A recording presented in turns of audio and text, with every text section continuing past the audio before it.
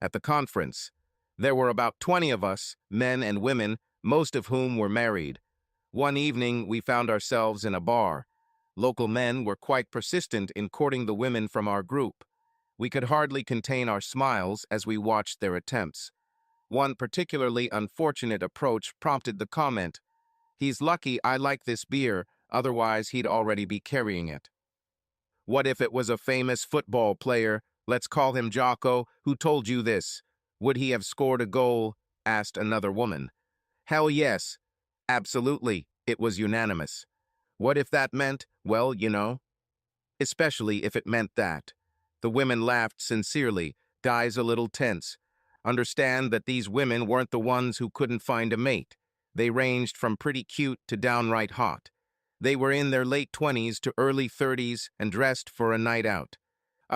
What would you tell your husbands? One of the guys timidly asked. Why should I tell my husband? The answer was immediate and caused laughter and nods from the women. What if your husband were here? The guy continued. We could all hear the worry in his voice.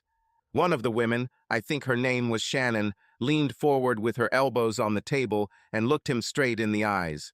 I remembered her from lunch. She showed photographs of her husband and their absolutely adorable 5-year-old daughter.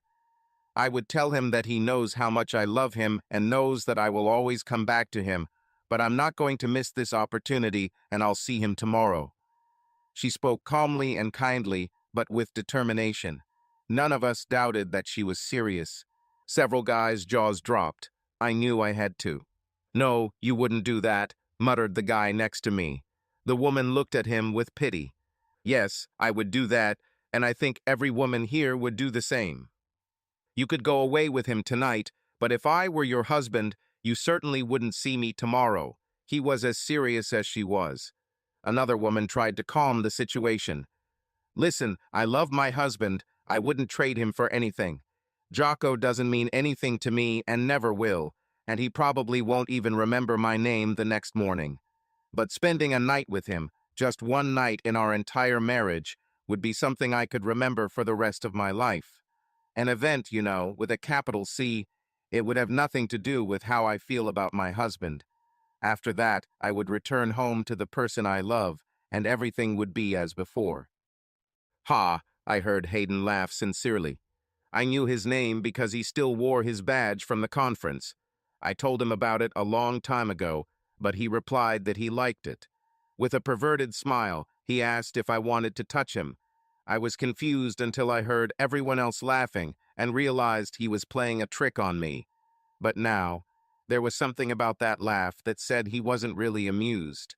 Do you think I'm lying? Shannon almost barked. Hayden shook his head. I don't know whether you're lying or not. Just trying to figure out who gave you girls the idea that the only thing you bring to a party is your private part. There was a sharp gasp as every woman at the table wanted to be insulted. Sorry, Shannon said. You heard me. He smiled. I didn't come here because I thought I'd sleep with you. I came here to have a drink with you because I enjoy your company. You are all smart, capable, funny, and yes, beautiful. You have so much to offer this world, but somehow, somewhere, someone has given you the idea that who you sleep with is more important than your achievements, your family, your daughter, Shannon. Seriously, are you willing to lose your family for some sex from a stranger you don't even know? She shook her head. I wouldn't have lost my family. Hayden shook his head in response. I would believe you if you could find just one man who would agree with you. Worst month of the year. My wife Linda and I had planned to have a magical Valentine's Day, but the snow ruined those plans. The kids were excited about snow days. Emma and Tommy wanted more, which makes you wonder how terrible first grade and preschool are if your kids act like it's a gulag. I was certainly happy to spend time with my wife and children, but I would have liked a little romance with my wife too. And just when I thought that the whole month would have to be written off, our friend Dee called Linda. Dee and her husband Dave and Phil and his wife Jane were close friends of ours. Dee came up with a great idea. The other couples and I would find babysitters, book rooms at the Four Seasons, have dinner at one of our favorite restaurants, the Madison, and then go dancing at the Morrisons' club, which Dave knew. So, of course, let's save this terrible month. Linda was not a classic beauty, but she had an innate sense of style. Everything she wore not only fit her perfectly, but also reflected her inner world.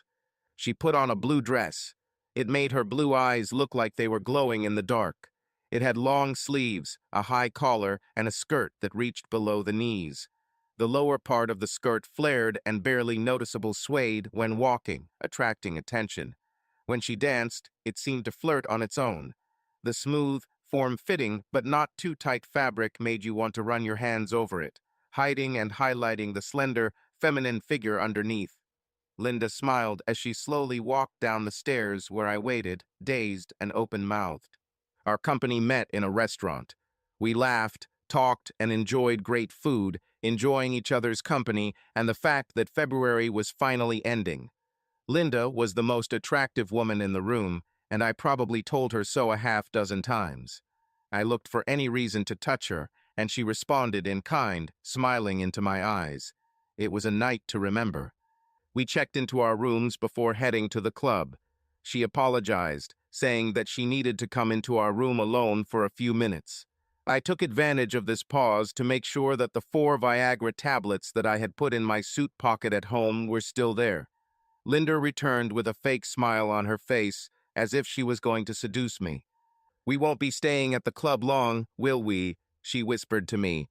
I knew how much Linda loved to dance with our friends, so it was like, I hope I don't have to wait too long until we're alone. I smiled back at her. We reserved a table for 10 people at the club, which was great.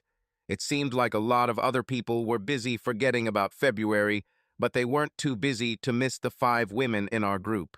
"You attract a lot of attention, honey," I whispered to Linda. "You are the most attractive woman in the room, as always," I whispered to Linda. "Oh, you," she looked at me, lightly pressing her soft breasts against my hand. "You don't have to say those things, although I like to hear them." "But I have to," I replied. "The truth is the truth, no matter how you look at it. There is no need to talk about opinions about the truth." She glowed even brighter. I danced with the love of my life, taking occasional breaks for hot wings and drinks. Returning from another run for drinks, I heard Linda say, "I would love to, Dave, and another time for sure, but today I want to make this evening special for Jim and me. I will only dance with him." You have no idea how inflated my ego was at that moment. A few minutes later, the group took a break. In the relative silence, we heard loud laughter from another table and turned around. "Hey, isn't that Mark Lavalier?" Phil craned his neck to look. It's him," Dee shouted shrilly. Mark Lavalier was the star tight end on our city football team. He was known as a really nice guy and was also highly respected for his social work. "And it doesn't hurt that he's handsome," Dee added. Linda and I knew who he was, but at that moment we were not interested in anything except each other. The music started playing again. "Shall we dance here or upstairs?" I whispered to Linda. But before she could respond, Jane interrupted. "Look, he's coming here." Indeed, Mark Lavalier left his table and headed towards ours. I found it funny to watch the reactions of the women at our table. The 4 of them began to preen themselves and act as if they were saying, "Pick me, pick me." Linda looked down and squeezed my hand a little tighter. "Hi, I'm Mark. Do you want to dance?" He stood behind Linda's left shoulder, holding out his hand to her. Linda let go of my hand like unwanted trash. I watched, stunned, as she turned her back to me, offered Mark her right hand, and rose gracefully from her chair. My friends quickly realized that I didn't find it funny. For the first part of the first song, I sat there with a stupid, "what the hell" expression on my face. But that quickly turned into a very angry expression as I crossed my arms and leaned back in my chair. The band played a couple of fast songs and the whole club watched them dance. Linda was clearly enjoying herself. Her partner and her dress together enhanced her beauty. "They look great together. Come on, Jim, let's join them," Dee suggested, clearly trying to distract me. I didn't answer. It was supposed to be our special night, and some famous bastard just stepped in and ruined everything. The next song was slow. I watched as Linda melted in his arms, fitting him perfectly as if she belonged there. Another slow song followed, this time a ballad. Mark smiled as he held Linda in his arms. He was clearly pleased with what was happening. Only he was happy. I was trying to figure out how angry was too much. Finally, the song ended. Mark nodded to the group leader, who began to play faster. He and Linda left the dance floor, smiling at each other, but not touching, not even holding hands. Linda gave him one last dazzling smile as she turned to our table, and Mark headed back to his. When Linda approached our table and our eyes met, her best smile faded to second best. But that too disappeared when she realized that I was not smiling. She looked away from me and looked across the table at Dee. "Sorry, guys, I just have to go to the ladies' room now. Linda, will you come with me?" Dee's voice could be heard far beyond our table. I was too angry to think about why she had to say it so loudly. Linda apologized to me. "Sorry, Jim. I could use some freshening up too," she said and left. The table was completely silent for several minutes until I saw Dee returning. I was nodding to myself long before she sat down. "Will she come back to the table?" I asked. "Jim, Linda loves you. She loves you and the kids more than anything in the world, and you know it. But tonight she will spend the night with Mark." The freezing cold that spread through my body gave me almost claustrophobic tunnel vision, and the tightness in my chest seemed to want to squeeze all the air out of me. But apparently this did not affect my face, since no one seemed concerned about my health. If anything, they seemed more afraid for their safety, as all my friends looked like they were ready to move further away from me. "Look, Jim, I know it hurts, but it's just for today. Linda knows, as we all do, that you are the only man for her, and that will always be the case. You're a good guy." This idiot clearly didn't understand the whole situation, but I just silently glared at her. "You're making too much of a problem out of this. It's just one night, and then she'll come back to you tomorrow, and everything will be the same. She asked me to remind you that she loves you and will always come home to you. Are you completely abnormal?" Dee leaned back in her chair as far as she could, her eyes wide and frightened. I took a long breath to calm myself and let it out slowly. Dee was an idiot, but she wasn't the one who just ripped my heart out. Several of my friends and their wives laughed, but I noticed some movement near the bar. When I looked over there, I saw that the young woman had just spat out her tequila sunrise on the floor laughing. She closed her eyes and shook her head in self-condemnation. I watched as she grabbed some napkins from the bar and began wiping her face and clothes. I smiled as I watched her, until she met my gaze and said silently, "You son of a bitch." She laughed. I laughed too. I didn't think I could do this for at least the next 10 years. I shook my head with a smile. "You know what? I have somewhere to go," I said, pulling my wallet out of my pocket and placing $200 on the table. I then stood up and took off my wedding ring, throwing it on the table. "You're not going to divorce Linda over this, are you?" Dave asked. I laughed again. "Good night, guys," I said, heading towards the bar. She was a real top 10, not that bitch Linda. Girl at the bar. Blonde, blue eyes, long legs, C-cup breasts, and all this is wrapped in a tight sky blue dress. Double Johnny Walker Black, no ice. And Coca-Cola in addition, without ice. "Please," I told the bartender, handing her my credit card. "Is it that simple?" the girl asked. Apparently, I smiled. She nodded several times. She nodded several times. I saw it all, you know. I nodded too.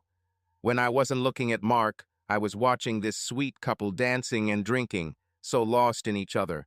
I thought she would turn him down. "Yeah, me too," I sighed, taking my 2 glasses from the bartender and taking a long sip of whiskey. She took a sip of her drink before saying, "So your girlfriend is leaving you for Mark Lavalier, and 10 minutes later you just get back into the game." No," I replied. Her eyes widened in surprise. "My wife of 10 years. "Whoa, damn," she interrupted. "And the mother of my 2 children," I smiled. "Damn," she narrowed her eyes at me. I don't want to seem like a bitch. Oh, please be a bitch. It's trendy now, I laughed. Okay, smart guy. Are you sure you loved her? I mean, 10 minutes. I nodded. Yes, yes, I loved her madly. So much so that I didn't even notice you in the room until that moment. And if my eyes weren't focused only on her, I would definitely notice you. She seemed flattered as she took another sip of her drink. So how can you come to your senses so quickly? I shrugged as I finished my whiskey. She stole the last 10 years from me. I refused to give her this night too. You know, I'm not an easy target, right? Honey, if all I get out of tonight is a nice conversation with the most beautiful woman I have ever seen, she shrugged coquettishly, then I'll consider this a victory, I said. How do you not get hysterical? I just push everything deep inside and think about something more important. More important than your marriage? 10 minutes ago? No. But now? Oh, hell yeah, I smiled at her, sipping a cola. She laughed again. Still, pushing it deep inside doesn't sound healthy. I shrugged slightly. This is not healthy, but I'm only doing this for today. She nodded. Tomorrow I will return to our house, go into my daughter's room and cry, curled up in the fetal position. She looked like she felt guilty when she laughed. I'll just ugly cry, you know. She nodded at me with a smile. I understand, actually. I felt someone pull my hand. I turned around and saw that it was Dave. Jim, what are you doing? He asked. I frowned. I'm trying to get this amazing woman to sleep with me, I said, pointing at the girl without looking at her. But what about Linda? Dave, I exclaimed with irritation, rubbing my eyes with my right hand. If this wonderful woman doesn't come with me to the hotel tonight? I nodded. Because of your interference. I cracked my neck to the left. Tomorrow I will come to your house and kick your ass. So you better start praying that she finds me the most horny motherfucker on the entire planet. Do you understand? He nodded in response. Great. Now get out, Captain Blocker, I said, turning back to the girl, who laughed again. I shook my head with a smile. Ruthlessly honest, huh? Depending on the situation, yes, I nodded again, sipping my Coke. So your name is Jim. That's right, I smiled again. She took another sip of her tequila sunrise. Aren't you going to ask my name? Do you just not care? This is very important, but... I hesitated, not knowing how to continue. But she smiled with a slight shake of her head. No mercy from this woman. I ordered more whiskey. Then he cleared his throat. You're incredibly out of my league. Thank you, she replied modestly. I laughed. So I need to be very careful how I handle you. She narrowed her eyes in thought. What does that have to do with my name? I shrugged. If asked at the wrong time, it can seem needy or intrusive. And since you were here throughout my nightmare, the last thing I need is for you to think that I might be intrusive. I finished, taking my drink from the bartender. She thought about it for a moment before nodding. By the way, my name is Ellen. I swallowed a sip of whiskey. Oh God, I hate this name. Sorry, I have to leave, I said, pretending to leave. I cannot describe how glad I was when she, laughing, grabbed my hand to stop my feigned flight. No, seriously. It's a great name, it suits you. I'm not sure I like it, she said, shaking her head. Well, I think your parents chose well. Besides, with your appearance, L would be too obvious. Oh my God, you're good at this, she laughed. I smiled even wider. This woman was a real salvation. What did you imagine your evening like when you went out? I asked. Have a couple of cocktails. You can check the box, I interrupted. She smiled with a slight nod. Fend off several unpleasant types with unsuccessful tackles. I guess the box can be ticked. She nodded. And maybe dance a little. I finished my drink. Ellen, would you like to dance? I asked, holding out my hand to her. Her eyebrows rose in a flirtatious gesture before she took my hand. I took her to the dance floor and lost track of time. I don't know how many songs we danced to. but the last three were slow. Ellen pressed herself against me in a comfortable but insistent manner. The band announced that they were taking a break. Ellen and I couldn't agree more. I took a couple of Viagra tablets out of my pocket and ordered 2 bottles of water for us. Pretending to scratch my face when our drinks arrived, I popped the pills into my mouth before handing the bottle of water to Ellen. I took the pills and asked, "Are you ready to leave here? If she says no, you can always go back to the hotel and have fun with pornography. It'll still take my mind off Linda." She thought for a moment. "I told you I'm not an easy target, Jim. And I never said you were, but..." She raised her left eyebrow, waiting for him to continue.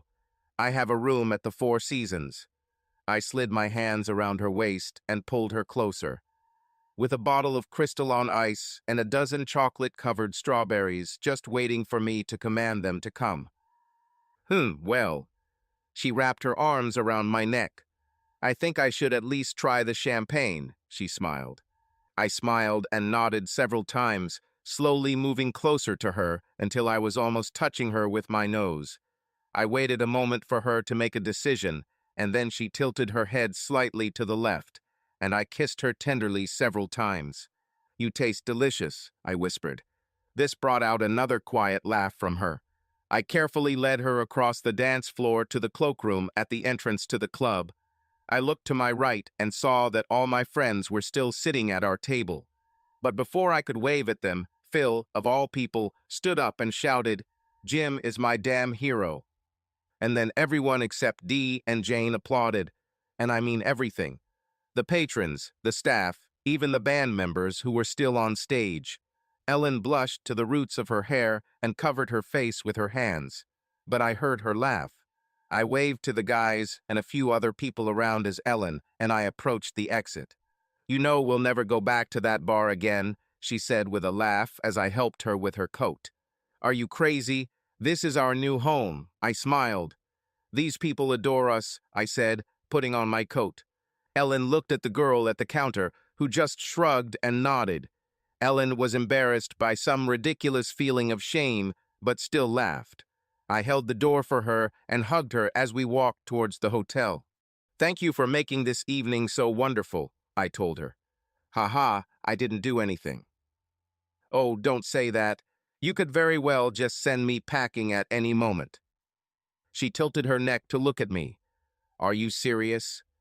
A guy who, it would seem, should be in despair comes up to me and turns out to be more intriguing, charming, and confident than 90% of those who rushed at me today. And you think I could say no? She looked ahead and took a deep breath. "Your wife is an idiot, Jim." Future ex-wife. "Sorry, your soon-to-be ex-wife is an idiot, Jim." That's better. We held each other not only to keep warm. I was a little disappointed when I had to let go of her to open the door, but the warmth of the hotel was nice. "You know, with all this fuss, I never asked what you like to do in your free time," I asked as we walked through the lobby. "I like to read," she shrugged. "About? What's your favorite genre?" I pressed the elevator call button. "Literary prose." "Jesus," I muttered under my breath. She glared at me as we entered the elevator, and I pressed the button for the desired floor. "And what exactly do you mean by that?" Genres are more like settings, like science fiction, westerns, contemporary literature, and so on." She narrowed her eyes at me before saying, "Romance." It was like it was a test. Good point. I think it would be more accurate to say that literary prose is simply sad. But you can't have a genre that expresses only feelings, because my favorite genre is happiness. I smiled at her. Her squint turned into a real evil look. "I hate you." I laughed when the doors opened. Then he leaned down and kissed her passionately. "Thanks for that," I said. She gave me a small smile. "At any time." Then her eyes widened as she pointed behind me. "Door." I managed to insert my hand between the doors in time so that we could leave, laughing, and went to my room. When I entered, I helped Ellen take off her coat and hung it in the small closet. I was just about to hang mine up when I heard, "Oh, well, that's interesting." I walked up to the bed and saw a god of a chocolate bar on each pillow. In the middle of the bed was a bra and panty set that I had never seen before. They were dark blue, darker than Linda's dress, with black lace trim. I muttered, slipping a finger into my panties. Then he collected the chocolates and looked at it all, shaking his head. Sorry, Jim. What? I raised my head sharply to look at Ellen. She looked at me sadly. No, no, no, no. I just thought that she didn't know me at all. What do you mean? I don't like God of a chocolate. Well, it's not that I don't like them, but they seem bland to me. And the underwear. I lifted my panties. It should be smooth, so that you can run your hand over it without clinging to a bunch of embroidery. I told her about this before, but chocolates are her favorite. And probably underwear too, Ellen added. I nodded. More likely, most of her underwear looks like this. I sighed. Slowly, a huge smile appeared on my face. What? Ellen asked nervously. Do you mind wearing this and letting me take a photo? I asked. No, she shook her head. Only for phone screensaver. No, she laughed. So I can use it as a trophy. No, that sounds like a terrible idea. I guess so, I laughed along with her. Would you like a god of a chocolate bar? Yes, please. I gave her the candy and threw the panties in the trash and ordered champagne and chocolate-covered strawberries. We talked for a while until the food arrived. I carefully poured the champagne, covering the bottle with a towel to catch the cork, holding the bottle over the ice bucket. We sat and drank almost a glass. We'd both already had a little to drink that evening, so I didn't see the point in pouring more. I tried one of the chocolate-covered strawberries. It was good, but I was already pretty full. Ellen ate too, then stood up and looked out the window. She was the epitome of beauty, standing with her back to me in that dress, with the city lights behind her. So relaxed, so confident, I almost couldn't take my eyes off her. But I had work to do. The challenge, I needed to regain my self-respect. I put the glass on the bedside table and got up from the chair. He took the tie off his neck. He unbuttoned his jacket and vest, leaving them in the chair. Then he approached Ellen from behind. I placed my hands on her hips, gently pressing myself against her. Suddenly, she began to tremble. I whispered in her ear, "It's okay." I kissed her jaw. "I won't ruin this moment." I slowly ran my thumbs along her back, where my hands rested. Her eyes were tightly closed. "Do you trust me?" I kissed her on the neck. I barely heard her quiet. "Yes." "I won't hurt you." I kissed her behind the ear. "I know," she almost moaned. "Why are you so nervous?" I whispered. "I'm the one who needs to impress you." She bit her lip and shook her head slightly. "I want this to be the best you ever had." Her voice almost broke into tears. I shook my head with a smile. "Ellen, this is already the best." We made love tenderly. My alarm clock rang. For what? I thought. Kill him. Burn him with fire, I heard Ellen mutter faintly. She was all over my chest. Drool. God, she's so cute in the morning. I almost laughed. Hell, the alarm was set to remind us that we had an hour left before checkout. So it's already 10 in the morning. I started kissing her forehead and around it. "Hey, baby, we have an hour before we leave." She muttered contentedly. Then she sighed. "Damn. Do we need to get up?" she asked without opening her eyes. "Yes." I smiled and kissed her nose. She opened her eyes and answered me with several kisses. Fuck morning breath. We finally got out of bed, showered, and got dressed. I packed what little I had brought and suddenly realized that Linda's things were still there. It took me a little while to figure out what to do. I put her sneakers, socks, jeans, blouse, and toiletries in the 3 trash cans that were in the room. Then he sighed with satisfaction. "Feel better?" Ellen asked with a smile. "A lot," I smiled in response. "Coffee?" I asked as we approached the elevator. We grabbed coffee in the lobby and checked out of the hotel before I asked her, "Will I see you again?" She sighed and shook her head. "Jim, you're too much. Understand?" I nodded.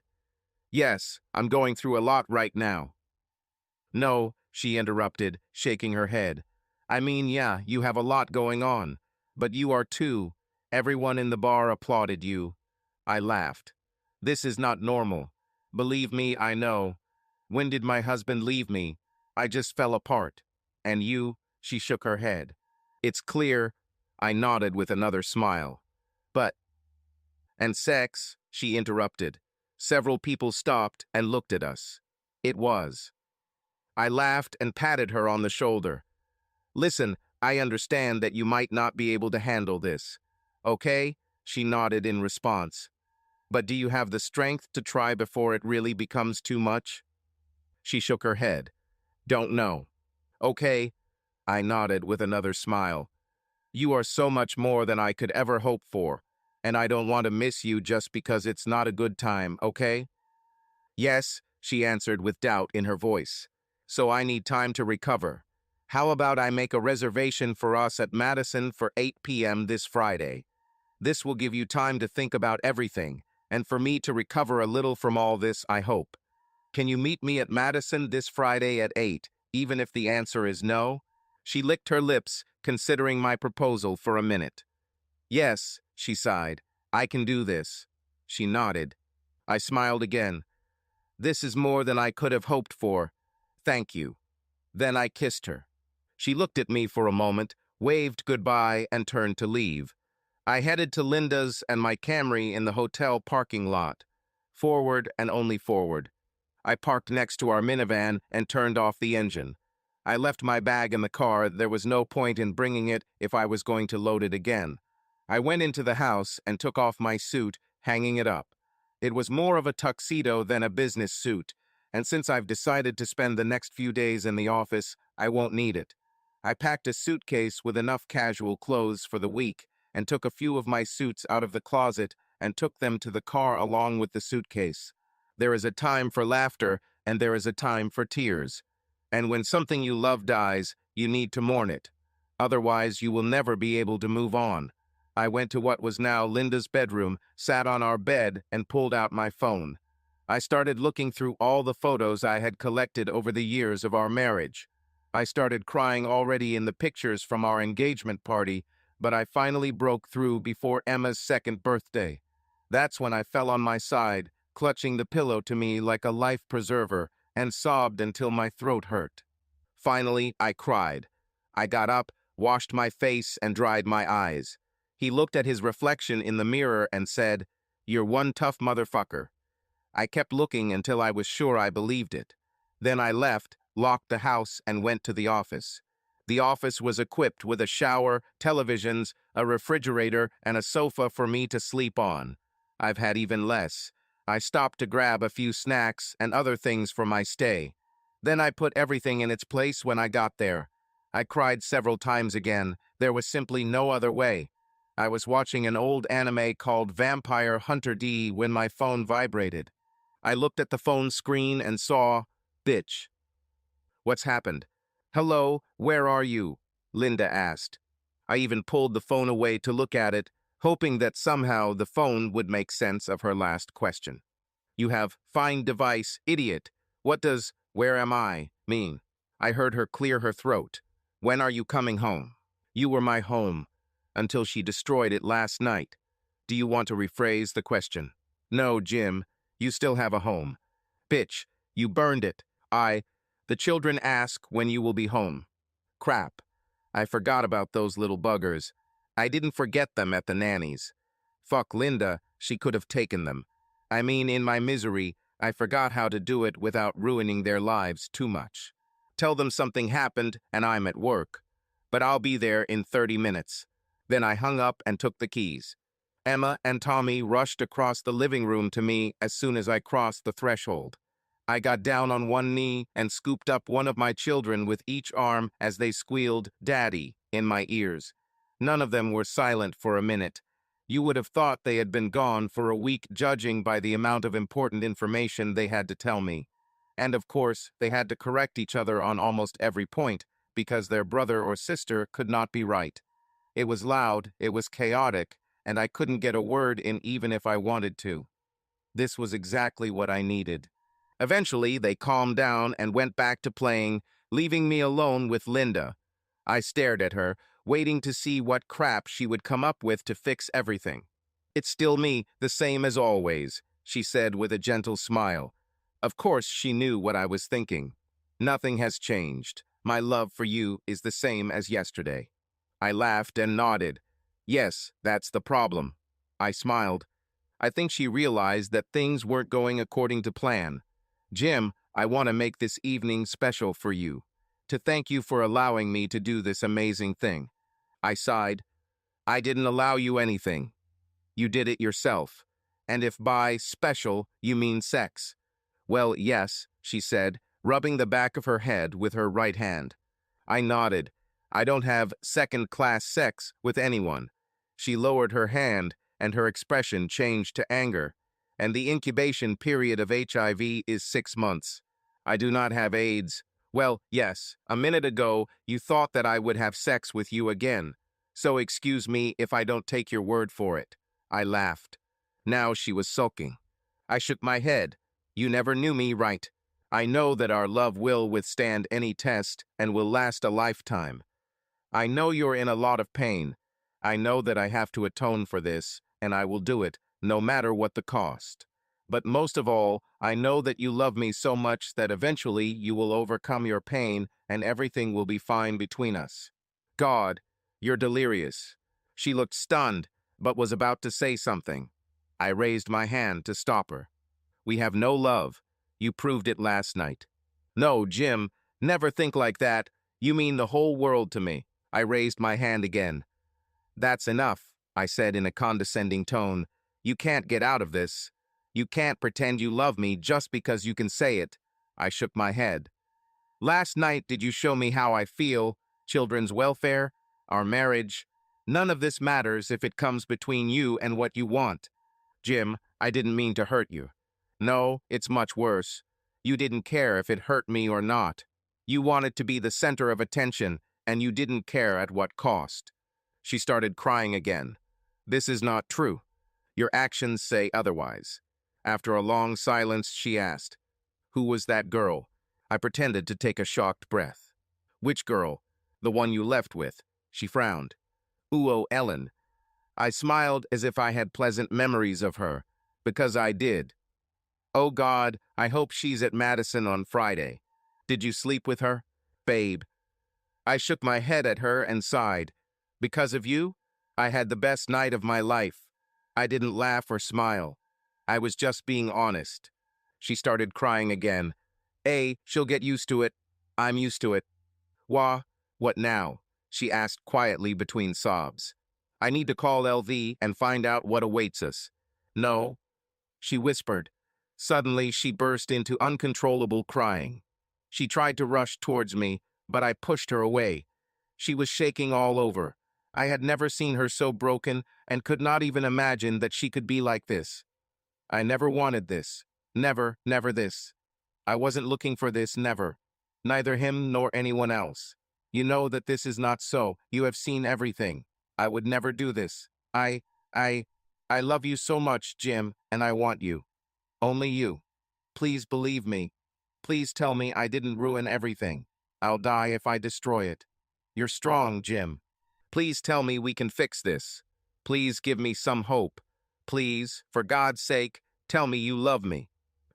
"I hope you die, you selfish bitch." She was so shocked that she stopped crying. I shook my head at her again. "What did you expect? Did you really think you wouldn't have to pay for this?"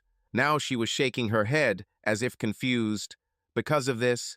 This was an isolated mistake." "No, the mistake sounds like it was an accident. It's like you didn't want it." She was still shaking her head. "But you wanted it. It was just a bump in the road. We can survive this." I nodded. "Yeah, to you, it's just a little bump in the road, because you don't care that my heart was ripped out." "Jim, She tried to approach me again. I pushed her away again. She cried even harder. "I never wanted to hurt you. Your actions say otherwise." We had dinner and read with the kids, as always. Then it was time to go to bed. I kissed them when we put them to bed. No matter what Linda does, no matter what happens to us, I will do everything possible for my children, whatever it cost me.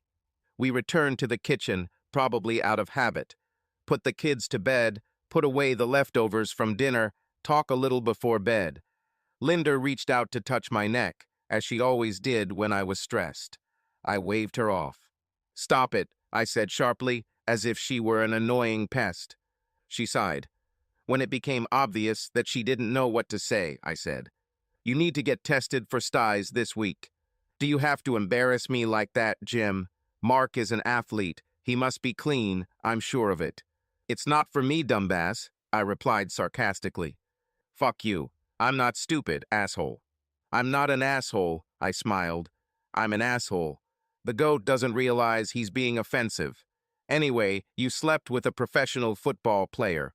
These guys live in Puntown. You probably weren't the first woman he slept with that day." She shook her head, thinking. "Do you want to know the results? I really don't care. But your weak grasp of reality has already destroyed your marriage. Don't let it destroy your body, too." I was waiting for her answer because it seemed like she was having a hard time choosing what to say. Finally, she looked at me and nodded several times. "I'm going back to the office to sleep. I'll stop by for dinner tomorrow to see the kids." "When are you going to?" She bit her tongue. "Well done." I smiled a cruel but proud smile. "When will you return to the house for good?" I thought about it. "It depends on what LV says." She nodded. I left. I went back to the office to sleep. And yes, I cried again. I made sure I was home before the kids woke up and made them breakfast. I spent the day with my children, enduring Linda's presence and sometimes going to the garage to cry when necessary. Sunday also showed me that I owe a lot to Mark. Not only because he inspired me to meet Ellen, but because he brought to light what was wrong in my marriage. I wasted 10 years on a woman who just used me until something better came along. As I watched my children play, I prayed, "Thank you, Mark, for not letting this go on for 15 or 20 years." On Monday after work, I met with LV. He has been a family friend since my grandfather's time. He had mostly retired, but was still razor sharp, wise as sophocles, and tough as steel when it came to our family's needs. I told him the whole sad story. He sat and thought for a while. We talked a little about women who cheated on celebrities and how they never regretted it. How shocking it was, I didn't care. Then the old man became serious. "You want to know what options you have for divorce. They are not good for either of you. I take it you're both still working where you worked, making about the same money." I nodded. "Then, most likely, you won't have to pay much child support, but you will be required to pay child support. She'll get primary custody, so she'll get the house, but you'll still pay about half the mortgage. What do you have saved?" "We saved every penny to buy a bigger house, so there's some money there." My sadness deepened as I thought about the home we had longed for, where we planned to raise our children and grow old together. This money will be divided equally. As you can see, the result is that both of you will experience financial difficulties for quite a long time, unless one of you gets married for money or wins the lottery. LV sighed. "As your lawyer, I will draw up documents if you ask me to. As your family friend, I will not serve them for at least 90 days. This is a standard cooling-off period, and you need it." "I don't need him." "You need it." I sighed. "LV, I have no choice." He looked puzzled. "Look, this was not a situation that can be forgiven. You see, I could understand if we were having difficulties in our relationship. What if she begged me for attention, for affection, and I ignored her? Of course, then the blame would be on both of us, and I would be ready to endure it. What if she was so drunk that she didn't know what she was doing? Maybe." I shrugged, "depending on the situation in this case. But this? No." I shook my head. It was intentional, and at a time when we were at our best. LV, I just collapsed, more emotionally than physically. I continued. "And the reason I must get a divorce is because what kind of example does this set for Emma and Tommy? Emma can do whatever she wants, and her husband will still put up with it. And life sucks for Tommy, baby. Sometimes you need to give in to your woman so that the family stays together. One last thing. I need a divorce so that Linda understands that there are consequences for her actions. Maybe she'll be smarter next time. He was silent for a long time. You need to understand that there is something in your life for which you are ready to do anything to preserve or protect.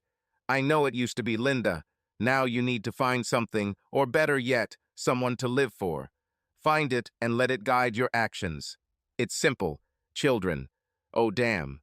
I remembered something. He looked hopeful. Not so much when I told him what I wanted to do. However, he was optimistic in the end. No, this was not a grand revenge plan to ruin Linda and Mark's lives. Just something that was supposed to provide children with a good childhood. LV was so desperate for us to survive that he still insisted on a 6-month pause. After all, it wouldn't make much of a difference to my life, so I agreed. He was almost like family, so of course, why not?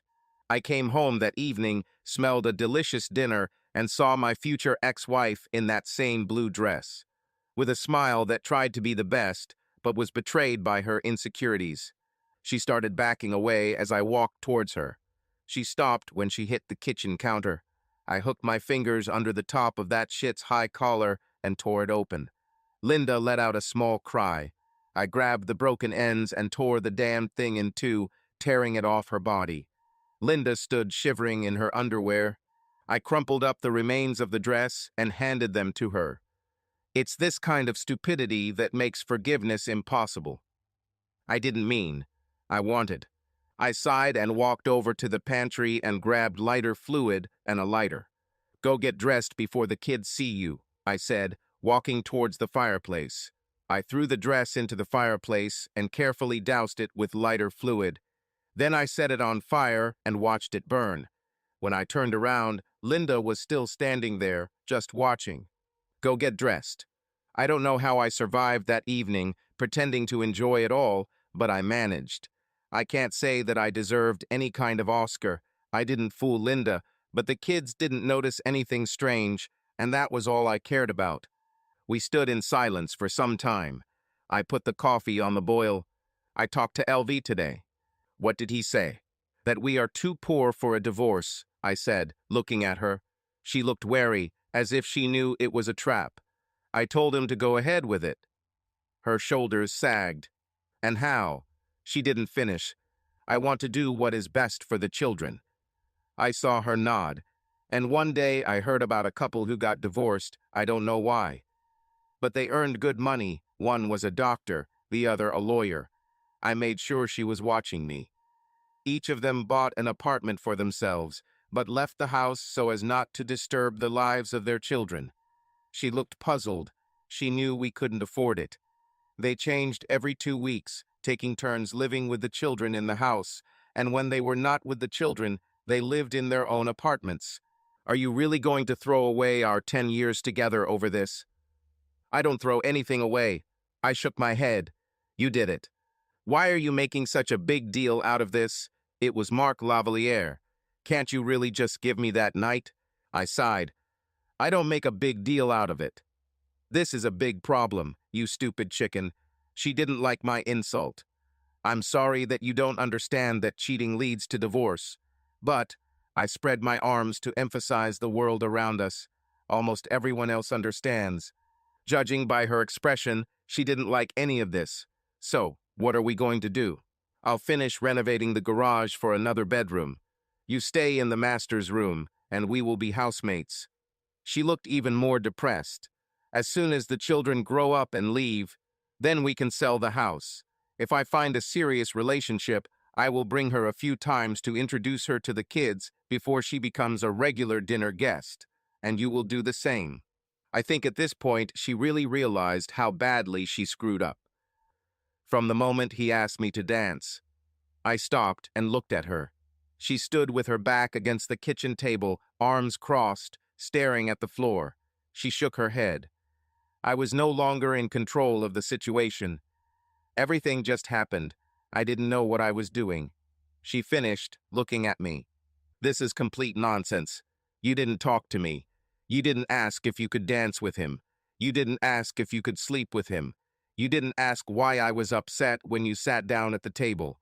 You did everything to prevent me from interfering, and you had enough control to tell Dee this long story about how you were going to sleep with Mark, but love me. So no, you were in control, Linda. You were a selfish bitch, and you wanted Mark. Now you're a selfish bitch who doesn't want to be a bad person.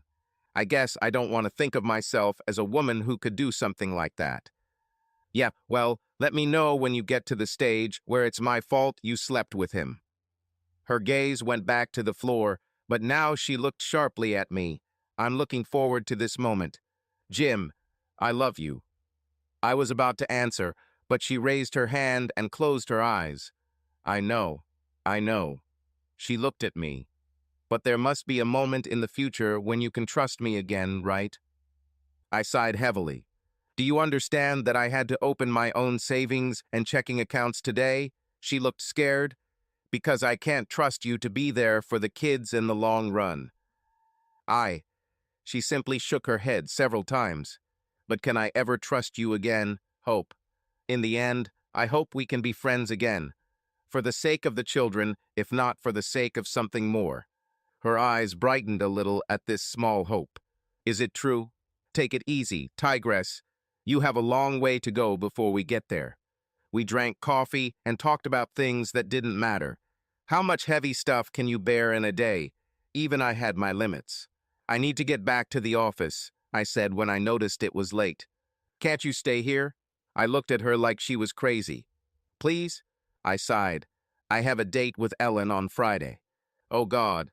She exhaled, leaning on the table for support. I waited for her to come to her senses. Still want me to stay the night? I asked without humor in my voice. She straightened up and looked into my eyes. Yes, always. Let's see. Good night, Linda. She nodded and walked me to the door. I put on my tan suit with a blue shirt and my thick black wool coat. Our date was scheduled for 8 p.m. I was in Madison by 7:15. I was a little nervous. I waited until 8:15 before I took my seat. I ordered appetizers, mainly because the disappointment had left me with no appetite. Is this seat taken? That voice. My head shot up and my smile immediately faded. Standing in front of me was a blonde woman wearing thick horn-rimmed glasses and a black nylon suit with padded shoulders. The suit was 2 sizes too big, and she was wearing one of those peach blouses from the 80s with a huge bow on the chest. It reminded me of those Adam Ant-style lace shirts. And the skirt? It was straight and reached just below the knees, but the belt stuck out so that she seemed. With protruding hips? Ellen? I squealed. Aren't you glad to see me? She smiled, putting her hand on my shoulder. Are you at a role-playing game based on the new D&D system? God, you're a nerd. She laughed. These are my work clothes. I wanted to see how you would react. I shook my head. Where do you work? Some retro 80s office supply store. She smiled and sighed. I'm a professor of American literature at a local state college. I nodded, suddenly understanding everything. So, modest and strict. Well, yes, and what if I dress as usual? I have a bunch of horny teenagers staring at my chest instead of listening to what I have to say. She smiled, taking off her glasses and putting them in her purse. Are you by car? Yes, I paid for parking a couple of blocks from here. Great. She nodded, taking off her jacket. Then she unzipped her skirt and let it fall to the floor, revealing a tight black miniskirt that reached mid-thigh. She then took off her blouse, revealing a tight white turtleneck sweater. Better? She smiled. I had to pull myself together to get out of the chair and help her sit down. Okay, tell me how it went, she asked. Pretty bad. I shrugged, perplexed. Yeah, details, and how do you cope? She asked as the waiter took our order. Aren't these the very things I should not talk about on our first date? This is not our first date, this is already our second. And we started from an unusual point, so tell us. And I told her everything that happened that week. About her tears, Linda's, and LV's confusion. I don't think he agrees with me that divorce is necessary, but... I shrugged again. Well, yes, because if you just continue and your love wins everything, she'll just do it again, right? and I think the celebrity requirement will become much lower. I nodded. But dear, he is the same city councilman. She laughed. But he's a weather presenter from Channel 8. I smiled. But he has advertisements for used cars. We laughed. God, why does this suddenly make me feel bad? She raised an eyebrow. Probably because you're right. I told her about my plan. She grimaced when I explained about Linda and I being housemates. So, now let's move on to the second part of our dinner. Have you decided where you stand in all of this? I asked. She sighed and put down her fork. Jim, You need more, I interrupted her. What? She frowned. And get it together, weirdo. She shook her head, laughing. Then she sighed. I don't want to be a mother. I nodded. And at the risk of appearing, she shook her head several times. No matter how you feel about women who don't want to be mothers, I don't want to be one of them. I frowned. So you don't want to be around my children? No, I just don't want to have children. I have nephews and nieces. I love children. I love being around them, and I have no problem living in the same house as them while they are growing up. I just don't want to carry these little parasites inside me, destroying your body just to help continue the race. You are a monster. Shut up, she laughed. This is not a barrier for me. I already have 2 wonderful children. That's enough for me. Okay. She took a deep breath, took a glass of wine, and looked into my eyes. And my career comes first. I shook my head slightly. That is, at the moment I am a professor of literature and am looking for a position as dean of literature at a more prestigious school. How is you? Why the hell should I want to go to the University of Oklahoma? Point 1. You are in Oklahoma, she laughed. No, I don't have anything yet. I'm just looking around, preferably Ivy League. So, what you're really saying is that all of this, I pointed at us, it's a matter of time. She sighed. Yes, but it could be years, decades, perhaps never. I nodded. And that suits me. Is it true? Yes, I nodded. Look, I can't predict the future. I can only cope with the present. Aren't you worried about me coming into your children's lives only to leave at any moment? I laughed. It's called life. So no, I'm fine with that. Right now, you are the best thing that happened to me. So I'll hold on to you as long as I can. Is this an acceptable answer? She smiled, sliding her hand across the table to squeeze mine. Yes, that's true. We finished dinner and put her things in my car before heading to Morrison's. Jim? I looked up and saw a bouncer standing at the entrance. Yes? I asked when we approached him. No, baby, you don't have to wait in line, he said, letting us inside. Ellen and I looked at each other, not understanding. Then they apologized to the people who were still standing in line. We handed over our coats and went to the club, thinking it was weird but cool at the same time, until I realized that the girl from the wardrobe was still walking with us. Jim, Ellen, right here, please, she said, leading us to the seats at the bar we had occupied last week. Do you want Hero? Asked the bartender. What? I asked in surprise. What the hell is going on? Double Johnny Walker Black with Coke without ice. You gave him a name? Ellen laughed out loud. Yes, she laughed and began to pour. Ellen, would you like a tequila sunrise? Ellen was shocked that the girl remembered her drink, but nodded. Sorry, we couldn't change the name to Ellen. The boss said that tequila sunrise is a very famous cocktail. We had just sat down as the band finished their last song. The vocalist shouted, Jim is in the building, and here's where everything became surreal. The whole club blew up. Jim is my fucking hero, and they applauded. The barmaid handed us our drinks. Is this all because of what happened last Friday? I asked her. It was a boring season, she laughed. We laughed about it. What else could we do? The conversation went quite easily after all this. But just as I was ordering the second round, I heard, Do you want to dance? Before I could fully understand who said it, Ellen shouted. No, get away from me. Mark Lavalier stood there, smiling, without an iota of surprise. What the hell is wrong with you? I asked him, slowly turning my chair to look at him. It was a joke, he said. It was disrespectful, I replied. I'm sorry you felt insulted, he chuckled. Not for me, stupid. I pointed at Ellen. Hey man, you gotta be careful. I can kick your ass. How, Mark? You are trained to play football. I was born, raised, and trained to break people's bones. I shook my head as he took a step back. You know, if I knew you were here, I would have found you myself to say thank you. This surprised him. But then you go out and do this crap. I shook my head again. I really didn't understand what was wrong with him. What would you thank me for? Because you showed me that my marriage was a sham. She was just biding her time until something better came along. Thanks to you, it didn't take even longer. You brought me out of it and inspired me to find this amazing woman. I carefully pointed at Ellen. She responded by bowing respectfully at my compliment. Mark laughed good-naturedly before saying, Come on, I don't even know what to answer. I said, Everyone says you're a good guy, but what you're doing now is turning you into an asshole, and I just can't understand why you're doing this. He looked uncomfortable. What's the matter? Are you looking for a thrill? Because it seems like you're starting a lot of problems for the sake of women who don't matter to you. In his embarrassed expression, a clue finally appeared that gave me an idea.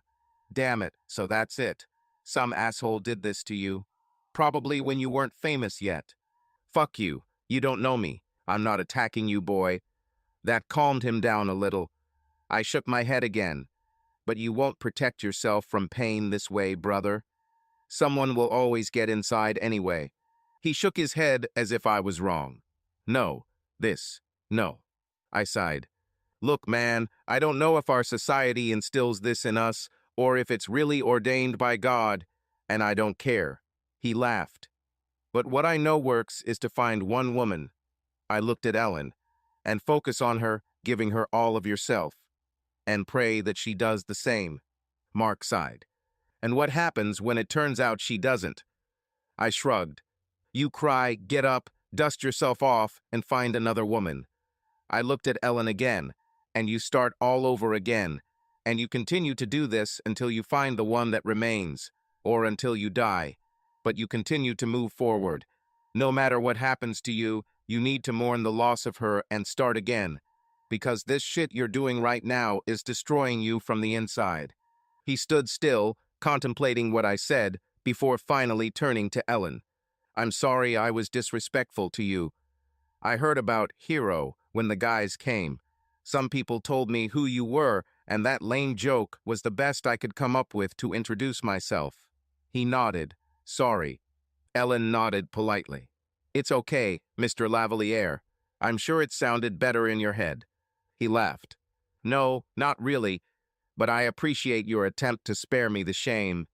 He shook her hand gently. It was nice meeting you, Ellen. Mutually, Mark, she answered.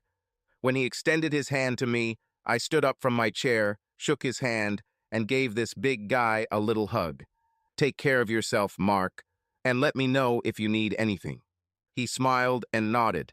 Usually, this is my phrase. He waved and walked back to his table where the rest of his friends were waiting.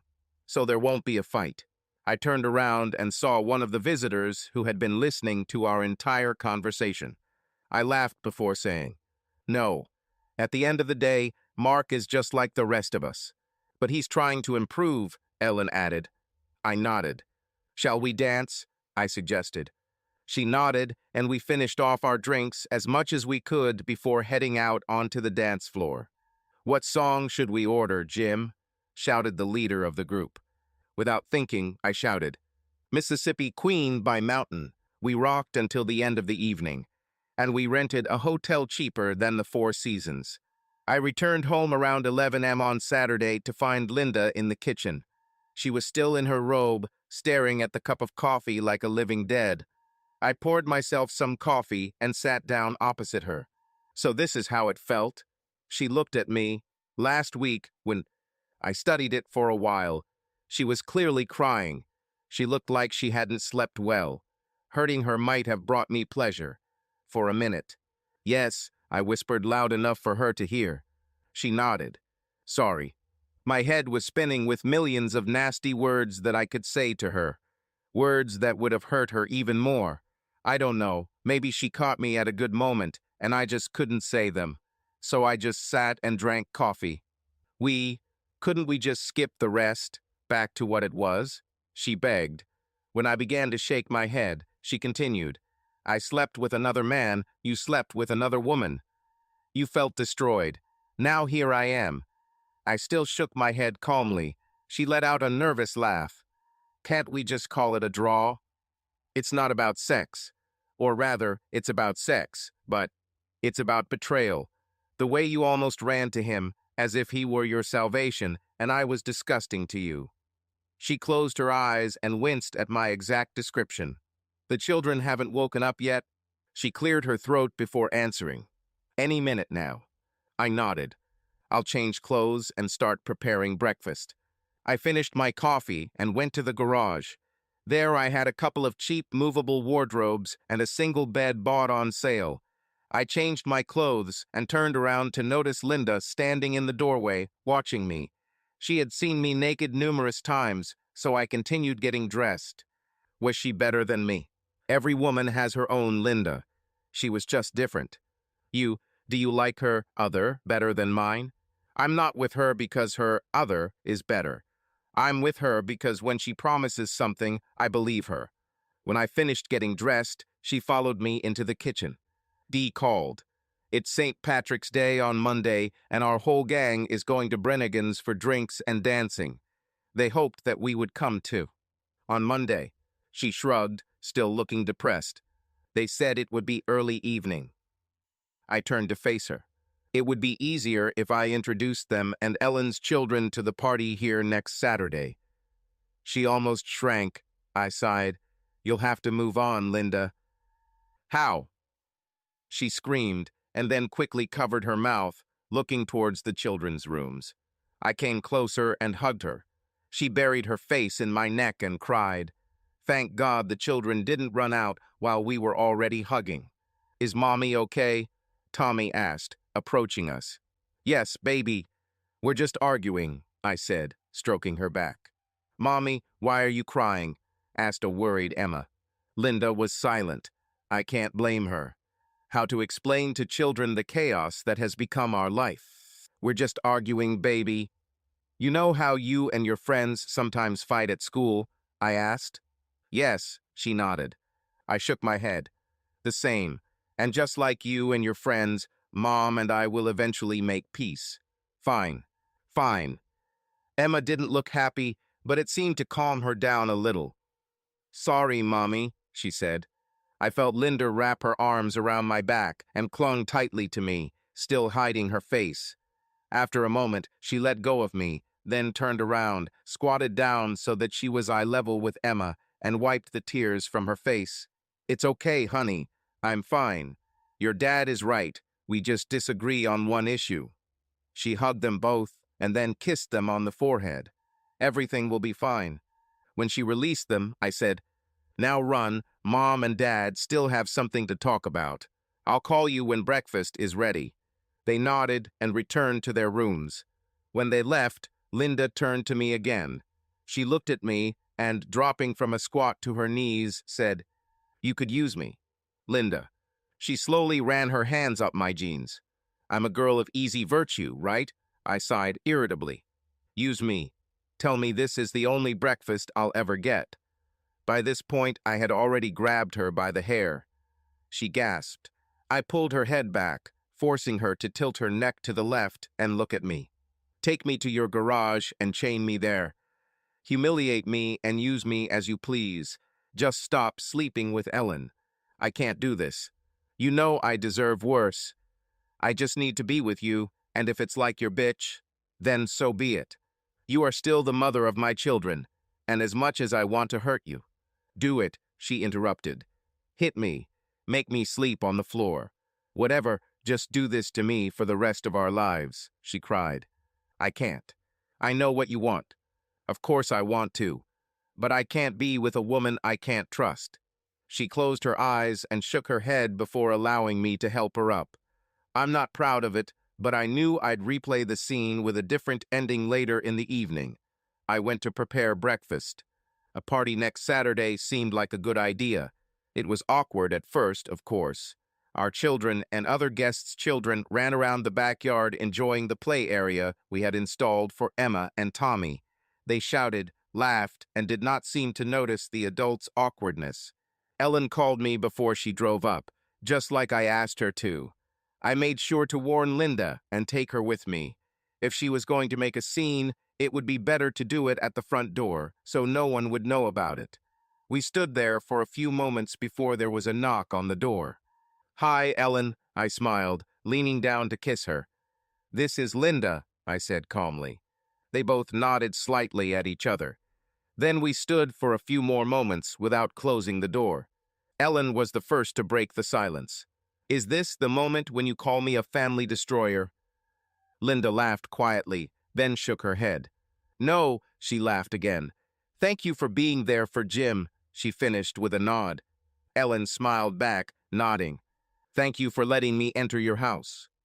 With these words, Linda led her into the kitchen to put what she had brought, and I closed the door. Ellen's introduction went pretty smoothly. Jane and Dee were the only ones who didn't know how to react to Ellen. But when they saw Linda go out of her way to be kind to her, they followed suit. As for the rest, Ellen became almost a cult figure for them. They adored her. Later, when we were barbecuing, or rather, Dave was cooking, which I can do, but I don't love it like he does, I realized that we were out of ice for the cooler. I needed to go into my room to get more from the refrigerator. I was just passing the kitchen when I heard, "I feel terrible." That sounded like Linda. "Then you should have kept your damn legs together." It sounded like Myrna, Scott's wife. She was usually a very quiet and submissive woman. I have never heard her yell at anyone. Judging by the noise, most of the women were in the kitchen. "Sorry. Sorry," she sighed heavily. "This is your life, your business. I shouldn't have said that." "Oh, God," Linda moaned. "I hurt you too, didn't I?" Myrna continued after a moment. "You two were the best among us. You were so in love, so attached to each other. She seemed ready to cry at any minute. All we had to do was imitate you and we'd be fine. But now, what the hell do we do now?" There was silence. "You keep doing what you were doing," Linda replied. "Put Scott first in everything. And what if it turns out he doesn't do the same for you? Talk to him about it. And as long as he puts you first, you will be fine. Never allow yourself selfish thoughts, run away from them. Think about me and know that only one selfish act can destroy everything." Fuck the ice, I went outside. The party went well, everyone seemed to have fun. Ellen stayed the longest, helping with the cleanup along with a few others. Emma pulled me aside to talk earlier. She told me as I walked her to her car. "How did it go?" She laughed. "She's adorable." I nodded. "She noticed that you were touching me a lot." I nodded again, "Like you did with Mom." I exhaled, filled with tension. "I didn't expect this yet. What did you tell her?" She shrugged. "I told her I'm not here to take her mom's place. That I can't take her mom's place. Her mom will always be her mom, but I would like to be her friend." "Did she buy this?" Ellen hit me. "It wasn't a lie, asshole." She laughed. I laughed and nodded. "Is she okay?" Ellen nodded now after a moment of thought. "I told her I care about you and you care about me. And yes, I think she's at least tolerable." "Good," I said before leaning down and kissing her deeply goodbye. "Thank you for coming. I really enjoyed today." "It was my pleasure." She smiled as she got into her car.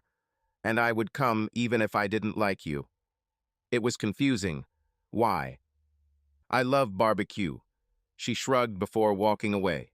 A few days later, after the children had been put to bed, Linda said, "Emma's teacher called me and asked if anything was wrong at home." "Why?" "That's pretty much what I said," she said with a slight smile. "Emma seemed to be a bit of a bully at school. One of her friends divorced his parents, and Emma always stood up for him when other children made fun of him. Today, she stood up for him with her fists." I admit, I smiled at the thought of my brave Emma fighting for her bullied friend. Did she win? Jim, Linda scolded me. One way or another, the teacher summed it all up and came to the conclusion that something was wrong at home. Then she called and warned me that it was affecting Emma. I sighed. I wish you had mentioned this earlier. I know I was going to, but... I looked at her as she stopped. She shrugged. I didn't know how you would react. I wanted to make sure we could talk about this before you just ran off with your, I know what I'm doing attitude. I do know what I'm doing. Jim, she sighed and shook her head with a smile. She's our baby. We have to make sure that what we do won't harm her. My expression must have hardened because before I could say anything, she stopped me. Please don't say that. I raised my hands in surrender and let it go with a deep sigh. Yeah, I'm a stupid fucking adulterous bitch. My right eyebrow went up. And yes, I really believed that I would be able to take Mark, and that you're going to sit here like a little bitch, and be grateful when I return home. She nodded. I'm an idiot. I had no idea who I slept with, and I had no idea how easily you could leave me. Okay? I wasn't sure what to say to all of this, so I shrugged. Fine. But I really believed it, right? I nodded. Yeah. So this was really what I thought would happen. Yeah, I asked suspiciously.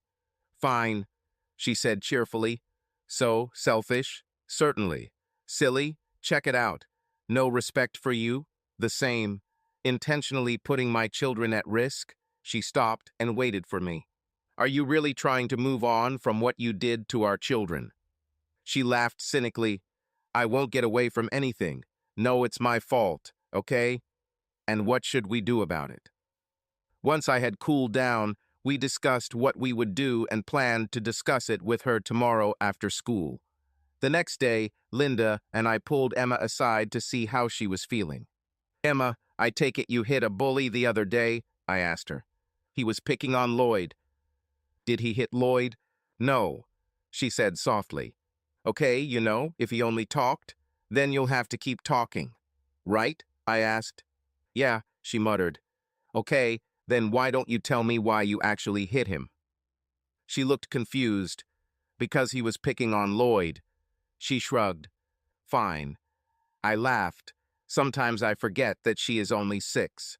I had to ask, why don't you tell me what's really bothering you? She looked scared to say anything. Baby, you're not going to upset me or your mother, I pointed at Linda. It's okay, honey. We just need to talk about what's bothering you. Linda told her. She was silent for a long time. Are you getting a divorce? Why do you think so? I asked, squatting down next to her. She shrugged. You don't touch Mom like you used to. And when Ellen was here, you touched her. I looked at Linda. She squatted down too and pulled Emma closer. Mom broke her promise to Dad. I didn't know how important it was to him. But that's how it was. Because of this, I'm really sorry, honey. But yes, we are getting divorced. Emma started to cry. So we won't. Linda interrupted her. Hey, hey, hey, nothing changes.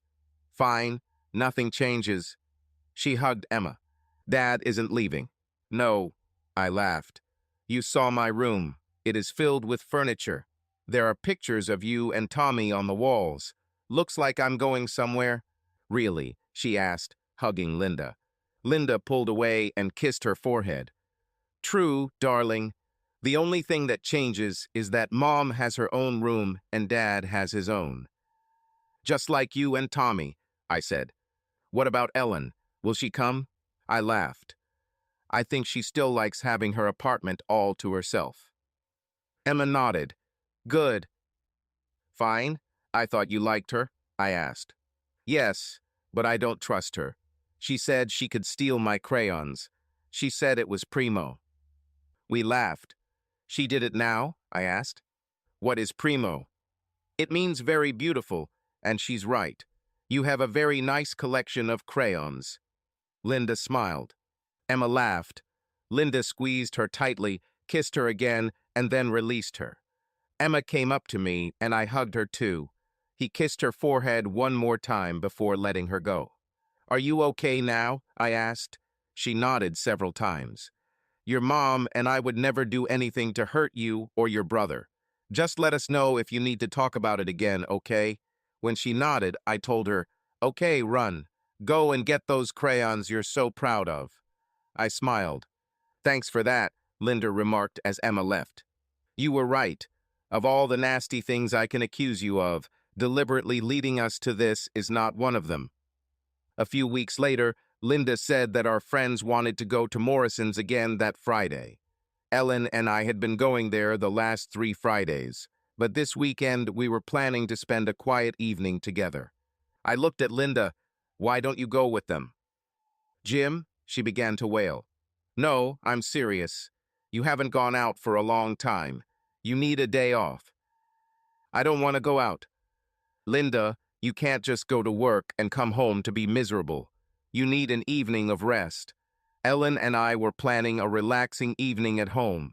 We can stay and watch the kids, and you can finally have some fun. What if? What? I laughed. What if you meet someone? Go for it. You don't owe me this. No, she shook her head. I'm not going to meet anyone. This won't happen. I sighed. I'm not saying you should or what you need, but if it happens, that's fine for me. I'll be here with Ellen, remember? Now she sighed. What should I even wear? The red dress I love. You always looked great in it. She thought for a moment before nodding. Okay, I'll go tell Dee. I was making coffee on Saturday morning when Linda walked into the kitchen in her pajamas. Ellen slept in my room, enjoying the opportunity to get some sleep. The children were not going to get up for a long time. Hi, how was your evening? I asked. Okay, maybe. Did you have fun? She shrugged. It was awkward at first, but yes, it was fun in the end. Meet anyone special? I asked with an insinuating tone. Yes, she replied in a serious tone. Why didn't you tell me you talked to Mark? I shrugged. At first, because what we talked about concerned him personally, and the times when we met in the club after that, I don't know. I think Ellen helped me get rid of most of the rage I felt towards you, and so telling you about it then would seem like an attempt to hurt you. I finished shaking my head. She nodded. Everything is fine.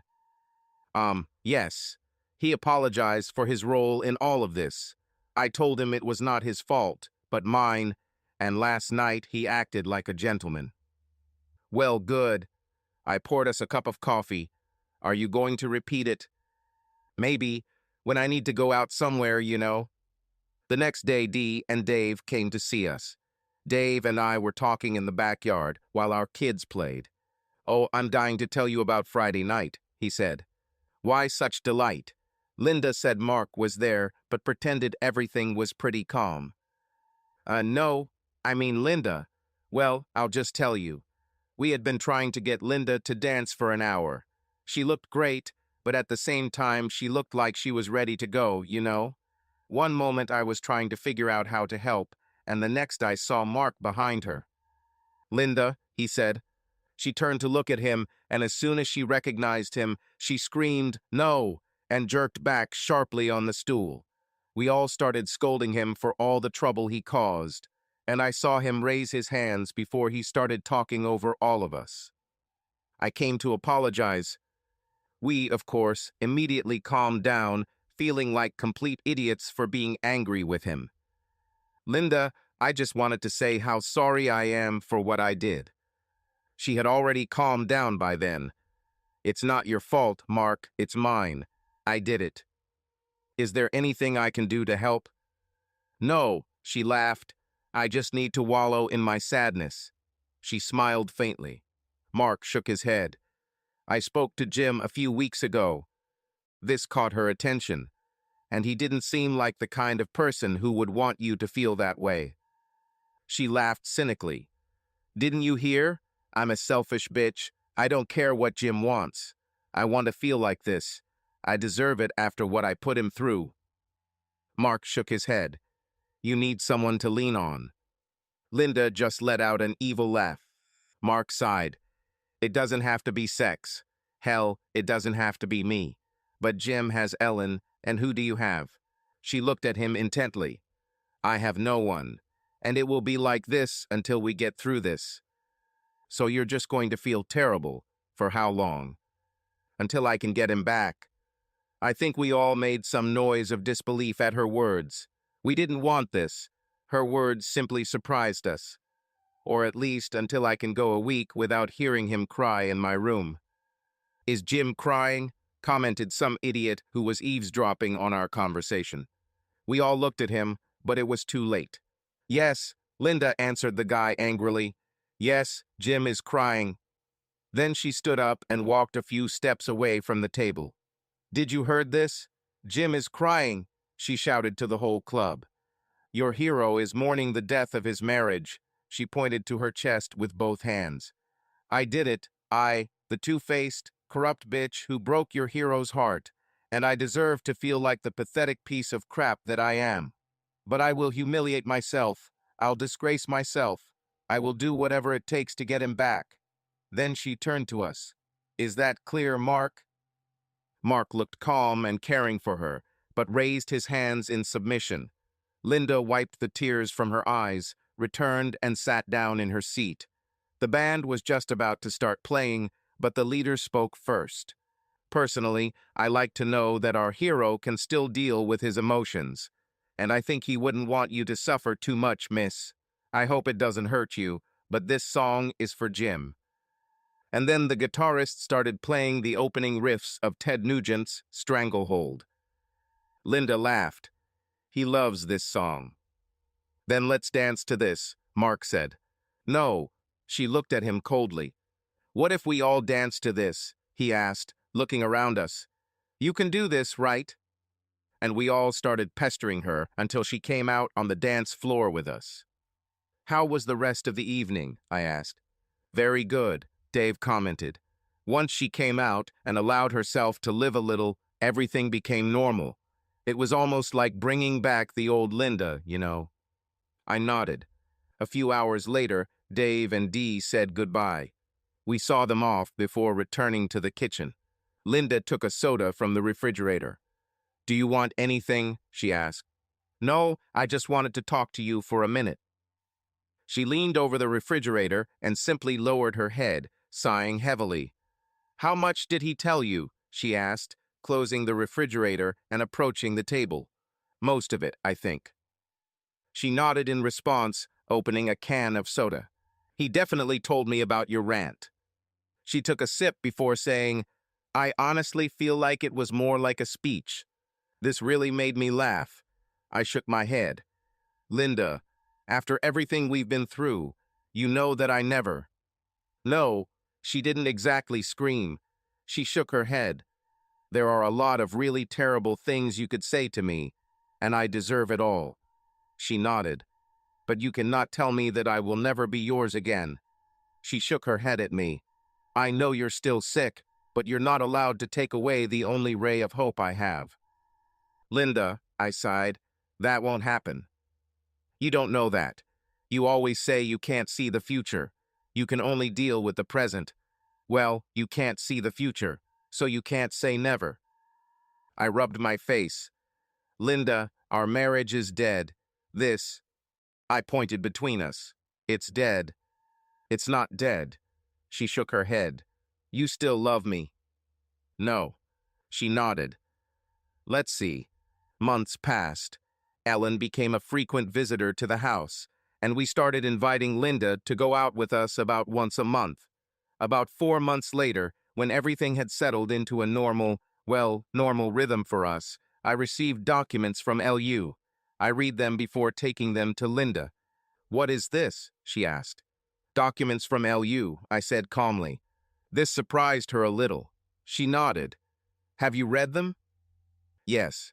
She extended her hand, and I handed her the papers.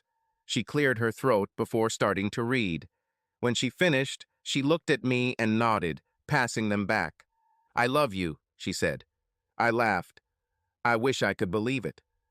She licked her lips. What can I do to make you trust me? I just shrugged and shook my head. There has to be something, right? I did something to destroy us. There must be something I can do to fix this. Linda, everything is dead. She shook her head softly. Making something is always more difficult than destroying it. It was easy to destroy it. Breathe life into it. I shook my head, grinning. Everything is dead. I don't love you. She nodded several times before saying, I don't know how long we had sex. It seemed like it was an eternity. Mark is a great lover. It was like I was the instrument, and he was the virtuoso, and he was great. With Mom. I grabbed her shirt with both hands and slammed it against the refrigerator. She gasped as her head bounced away from him. I held her up a foot off the floor. Shut your fucking mouth, or I'll rip your throat out, I growled. The bitch grinned at me. I know, she whispered. I don't care what you think about sex. No one is famous and claims the sex was mediocre. So I don't give a damn how good you think he was, you nasty bitch. She placed her hands on my face while I held her in a death grip. I'm so sorry I caused you all this pain. She shook her head. If I could go back and change everything, I would do it. Even if I had to still feel these feelings, I would do it to save you from this crap. I shook my head at her. I hurt you terribly. She shook her head and gave a painful smile until the tears began to flow. Without the slightest thought, what kind of bastard does this? I realized that I could hear children walking down the corridor. It's almost time for family TV watching. I put Linda down and smoothed out her shirt. But all this rage, she said, it comes from that pain, from the love that you still feel for me. When I realized that she almost provoked me to kill her just to prove a point, I said, You're crazy, I whispered. After all the crap I've done, maybe I'm just focused. Daddy, are you going to kiss Mommy? Emma asked. No, baby, I'm in a relationship with Ellen, and I'm not doing this, I said, not taking my eyes off my crazy ex-wife. Oh, you're just standing really close to each other. Linda said, We just wanted to talk, and we didn't want you to hear it. She smiled as she walked around me and smacked Emma on the bottom. Well, what are we going to watch? Blue Y, the children shouted. I laughed as I walked with them into the living room. If I see another episode of Blue Y, I'll shoot someone. Avatar, The Last Airbender, Linda asked, addressing everyone. This drew several nods. She picked up the remote as we sat down on the couch and played the episode we were on before looking at me. It's not dead. This made me chuckle lightly, and I shook my head in disbelief. A month later, I was standing in the kitchen when she came in with some papers. What is this? I asked. My HIV results. The way she said it, I suddenly turned around to face her, feeling my heart skip a beat and almost losing my balance. I'm clean, she said. I put my hands on the countertop and tried to catch my breath. Damn you, I managed. Sorry. I looked at her, but she didn't laugh. To be honest, she looked worried. I didn't mean for it to sound like that. I'm sorry I scared you. Yes. I nodded several times. It's okay, I said calmly, trying to calm my racing heart. A couple of months later, we were in the kitchen clearing away the dishes after dinner. You know, it's really your fault that I slept with Mark, Linda commented, handing me the cup to dry. I raised my eyebrows and rolled my eyes. She looked at me. You've been telling me for years that I'm the most beautiful woman in the room, that you are ready to do anything for me, that you will always love me, that you need me to be whole. I remembered all this, repeating it to her again and again. I crossed my arms and leaned against the countertop, waiting for the moment when I could dispel this crap. A good woman would treasure this. I would keep it to myself. She narrowed her eyes. Then she shook her head, almost with tears in her eyes. I'm so sorry I wasn't a good woman, Jim. I pulled her towards me and kissed her temple while she cried. About 2 months later, Ellen snuggled up to me in bed. She had been spending more time at our house than in her apartment for some time. I thought about asking her to move in. I was offered a job at Yale. Crap. Yes. Any chance you've changed your mind about this? I asked. Do you want me to stay? Yes. She laughed. Do you need me to stay? I looked at her lying on my chest. The night light softened her already beautiful features, making her a truly elven beauty. Do you need this to be happy? I asked. Her eyes rose to look at me. Yes, she nodded. Sorry. I nodded and kissed her. You could have made me stay, she said, and I could make you happy. For a while. She nodded again. But eventually you would start to feel dissatisfied. She nodded again. Especially when I get you pregnant. She laughed out loud. Shut up. Then she kissed me again. How much time do we have? 2 months. Fine. Let's make them unforgettable, I said. I felt her start to purr. Linda actually looked sad that Ellen was leaving. The children weren't pretending, they really became attached to her. She got the news 10 months into our relationship, and her flight was scheduled to depart the day after Valentine's Day. Well, we just couldn't help but do it. We gave her a send-off at Morrison's. All our friends were there. We drank, we danced, we ordered food from the best local BBQ restaurant. Then we went to the Four Seasons Hotel where we made love all night. When I brought her on the plane, she was exhausted. You'll sleep the whole flight, right? I laughed. Yeah, she smiled. Then she became serious. I'll miss you. Same thing, I smiled. I love you. She smiled even wider. Same thing, she whispered before giving me a deep, sensual kiss. Then she looked at me. I won't be mad when I find out you only lasted 30 minutes before starting a new relationship. I laughed. It happened once. I nodded. I'm not going to look for another woman for a long time. She shook her head with a smile. God, what a dumbass you are. Then she kissed me again. It's a pity that I'm not weak enough to stay. Yes, me too, I laughed. Then they announced boarding for her flight. We kissed again and said, I love you to each other. And then she got on the plane, and it drove away from the gate, and my Ellen left. The walk back home was quiet, gloomy, and terrible. I locked the front door behind me and headed to the kitchen. Linda was in a robe and making coffee. She raised her head when I entered and stood up from the table. Are you okay? She asked. Yeah, just sad. Sit down, I'll pour you some coffee. Do we have anything stronger? I asked, sitting down.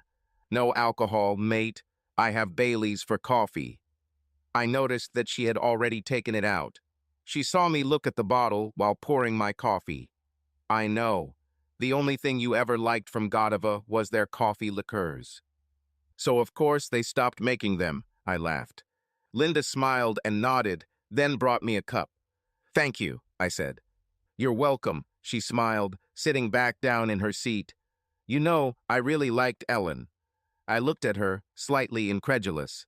Don't do that, she said with a small smile and shook her head. She was nice. I nodded and took a sip of coffee. Well, we still have Facebook, I smiled. Oh yes, almost like the real thing.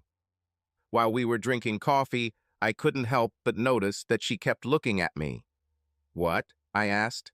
She took a deep breath before standing up and throwing off her robe.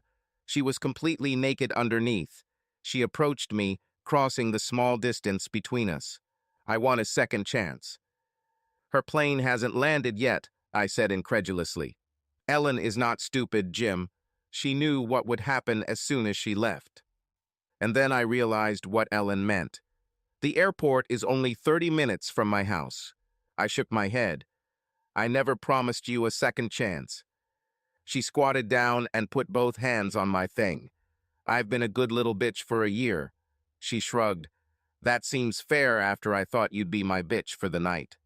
I nodded and took a sip of coffee. I did everything you asked me to do, said everything you needed to say, all to show you that Will, never I'll let you down again. I love you. I laughed cynically. You know I love you. I refused to move on because I couldn't imagine myself trying to feel better and forget while you were still hurt. You love me. Now I laughed. She was confused. I saw it. She said, what brought her too comical shook his head at me. Take me back. Take me. And let's put this horrible year behind. I set the cup down and leaned a few inches away from her face, and he said in his cruelest voice, "What are you going to do when I tell you that you're a soul-stealing bitch who doesn't deserve a second chance?" She looked like I had physically hit her. Her eyes closed as she moaned. It took her a moment to open her eyes, and she seemed to be losing the fight to hold back the tears. "It's all true," she said with a slight nod. "So I would put the robe back on. I go to my room to cry, and I will still support you through your next girlfriend, wife, or whatever. And I pray to God that your last question was a bluff." I leaned a little closer and said in the same voice, "You're a soul-stealing bitch who doesn't deserve a second chance. I don't think I can ever forgive you." The tears were flowing heavily now, but she nodded several times before standing up and returning to her chair. She put her robe back on and buttoned it, turning away from me.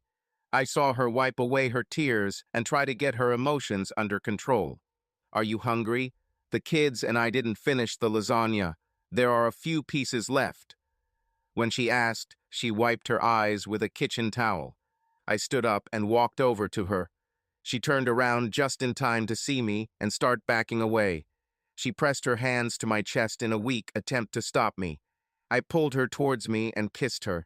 She moaned and wrapped her arms around my neck. She kissed me as if I had breathed life into her. She wrapped her legs around me, and I laid her on the table. I tore off her robe while she tore the fly of my trousers. Sex with Linda used to be gentle and soft. We made love, and it was very sweet and satisfying. I think we're done with that shit now. I laughed evilly when I saw her trying to stay awake. She growled at me before pulling me into a deep kiss. "I don't take pills anymore," she whispered. The poor girl was covered in sweat and breathing heavily. She couldn't even lift her head to look at me, as if she was begging the ceiling. I picked her up and carried her to my room. Early this morning, I woke up to Linda running her finger over my heart like a lovesick teenager. She must have sensed that I was watching her, because a moment later she turned her gaze to me and smiled. I kissed her deeply. "What did you mean? You didn't care how good I was. Did you have sex with Mark?" I chuckled. "Well, that was illogical. Most sexual intercourse happens in the head. So you dream and expect that sex will be the best of your life. The implication was that unless he really sucks, it will be the best sex you've ever had." "Do you like sex with Ellen?" "Actually, yes. I wanted great sex, and I had it." I shrugged. "So I made it big in my mind." "Probably." She chewed her lip for a moment. "Is sex better with me than with Ellen?" "Now?" She nodded. "You'll never be able to tell her that." She smiled and nodded again. "Yes, sex with Ellen was very enjoyable, very loving and caring. But what we did last night was, yeah," she sighed and smiled. "What was sex like with Mark?" She thought for a moment. "He was in control, just like you were last night. But with him, it was like I was on an instrument, and he was playing me. With you, it was, as if you were my master, and I needed to serve you." "And was sex with me better than with Mark?" She raised her right eyebrow and shrugged at me. "Eh." My alarm went off. I hate having children. I mean, they're cute and all, but they are like pets that need a lot more supervision, and they are constantly trying to kill themselves. "Do we have an hour?" Linda moaned as she lay partially underneath me. "Yeah," I said as I turned left towards her, realizing that we were still connected. "Are you ready to take a shower before we have to make breakfast for these little nightmares?" I asked. "Yeah," she said in a strange tone. I grinned and kissed her. Then he slowly pulled away from her. I walked over to my dresser and put on my underwear before wrapping Linda in the blanket. In case the children wake up early, I carried her into the master bathroom and helped her shower. We had eggs, bacon, and toast. Not innovative, but healthy and nutritious. We ended up sitting on the couch and letting the kids pick the show. I looked back and saw Linda just smiling as she watched our kids enjoying the show. I looked at Linda and we both laughed. Some things never change. I ruffled his hair to his annoyance and Linda kissed the top of his head. Then she looked at me and said, "I love you," satisfied tone. "I believe you." I nodded. Subscribe to our channel so that your love doesn't cheat on you, and go ahead and listen to the next story, because this story is nothing compared to the next one. If you're under 18, don't even think. Click to the next one. Click to the next one. Click to the next one. Click to the next one. Click to the next one.